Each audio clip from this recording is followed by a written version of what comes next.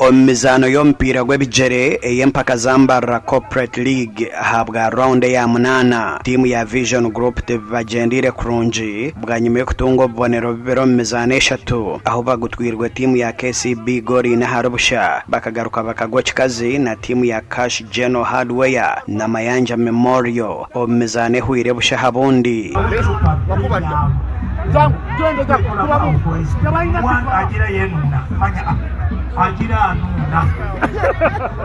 Tutandikira kurungi na amani maingi tutera Vision Goro ina haziro habwokuba tulikaire tukora practice abana hati bona bali united tukoze practice buli kiro nikyo kurora hati bwire bunu tukora tufuna results enungi muno. Ahande timu ya Green Park ehonzere Ajip Motel Gori 3-0 Western Twips basinga Spa Gori berharyemwe Lato ya Sanura Bwerantare Gori 4-0 Rerigongo Culture Center ya Gutora Hole Innocence Gori 3-0.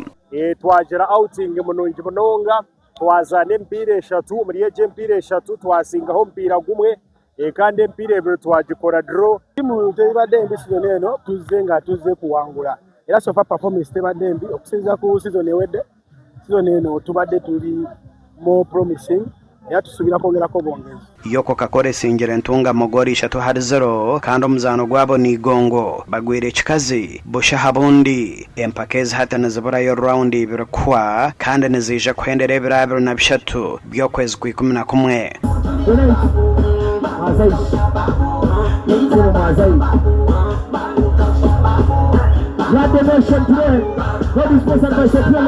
And Edwin Ram ahabwa TV West agacentrire.